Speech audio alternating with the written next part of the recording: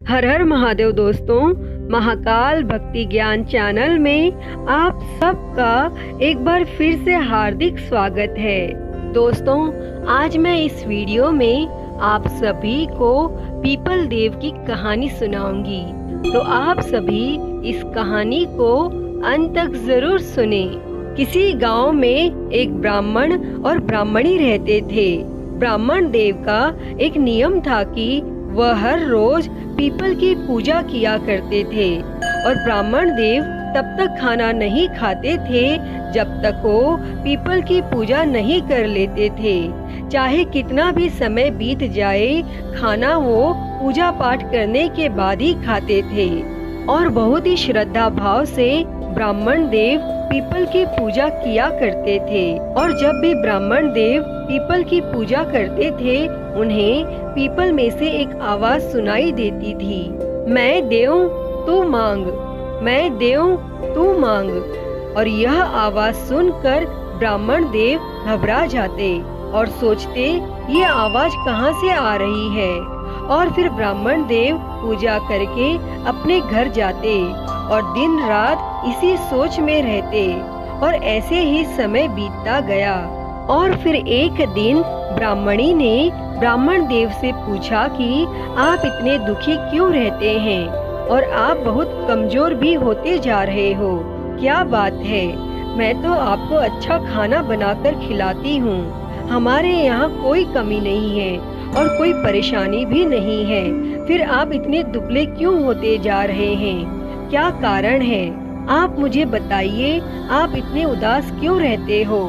तब ब्राह्मणी के बार बार पूछने पर ब्राह्मण देव ने ब्राह्मणी से कहा कि जब भी मैं पीपल देव की पूजा करने जाता हूँ तो उसमें से एक आवाज आती है, मैं देऊं तू मांग, मैं देऊं तू मांग। और यह आवाज कहाँ से आती है मुझे नहीं पता और पता नहीं मुझे कौन आवाज देता है। तब ब्राह्मणी ने कहा, शायद वह पीपल देव ही होंगे जो तुम्हें आवाज देते हैं। और पीपल पर भगवान विष्णु, भगवान ब्रह्मा तथा भगवान महेश तीनों का वास होता है। और अब की बार जब आप पूजा करने जाए तो निस्वार्थ ही अपनी मनोकामना बोल दीजिए और उनसे जो मांगना है मांग लीजिए।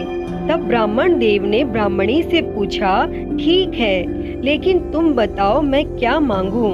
तब ब्राह्मणी ने कहा कि 16 साल की काया दे, 1000 साल की माया दे, पोते पोती का परिवार दे और सारा सुख दे, और आप यह सब बोल देना। तब ब्राह्मण देव ने कहा, ठीक है, मैं ऐसा ही बोल दूंगा। और फिर अगली सुबह ब्राह्मण देव पीपल की पूजा करने गए और वो पूजा कर ही रहे थे कि पीपल में से फिर से आवाज आई, मैं देऊं तू मांग, मैं देऊं तू मांग। तब ब्राह्मण देव ने कहा, 16 साल की काया दे, 1000 साल की माया दे, पोता पोती का परिवार दे और सारा सुख दे।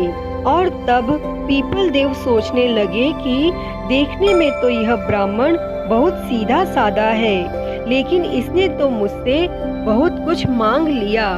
अब इस ब्राह्मण ने मांगा है तो मुझे देना तो पड़ेगा ही, क्योंकि यह मेरी नियम पूर्वक पूजा पाठ करता है। फिर पीपल देव ने ब्राह्मण से कहा, जैसा तुमने मांगा है वह सब तुम्हें मिल जाएगा।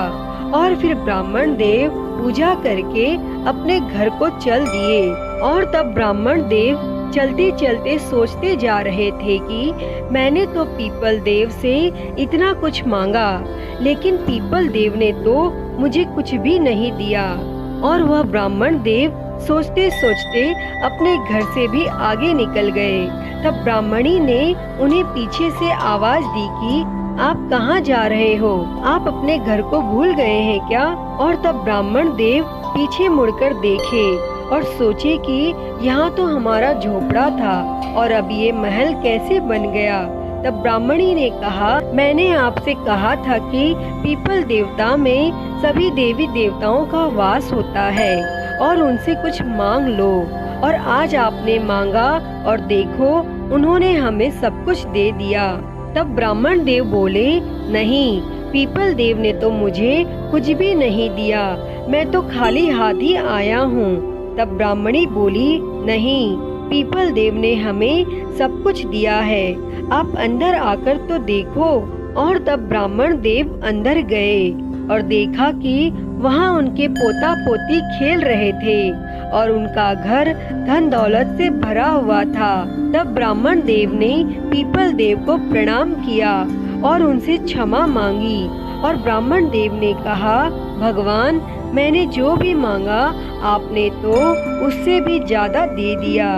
और फिर ब्राह्मण देव ने अपने पूरे गांव में ढिंडोरा पिटवा दिया कि हर ज्येष्ठ माह में पीपल की पूजा अवश्य करें। वैसे तो हर माह में पूजा कर सकते हैं, लेकिन ज्येष्ठ माह में पीपल की पूजा का विशेष महत्व है। और इसके बाद ब्राह्मण और ब्राह्मणी अपने परिवार के साथ सुखपूर्वक रहने लगे और ब्राह्मण देव नियम पूर्वक पीपल देव की पूजा करते रहे। हे पीपल देव, जैसे आपने ब्राह्मण देव पर अपनी कृपा की, वैसे ही अपने सभी भक्तों पर अपनी कृपा सदा सर्वदा बनाए रखना। जय हो पीपल देव की। तो दोस्तों, यह थी पीपल देव की कहानी। यह कहानी आपको कैसी लगी कमेंट बॉक्स में ज़रूर बताएं। अगर वीडियो पसंद आई हो तो इसे लाइक करें, ज़्यादा से ज़्यादा शेयर करें और मेरे चैनल को सब्सक्राइब कर नोटिफिकेशन बेल को ज़रूर ऑन कर लें। हर हर महादेव। धन्यवाद।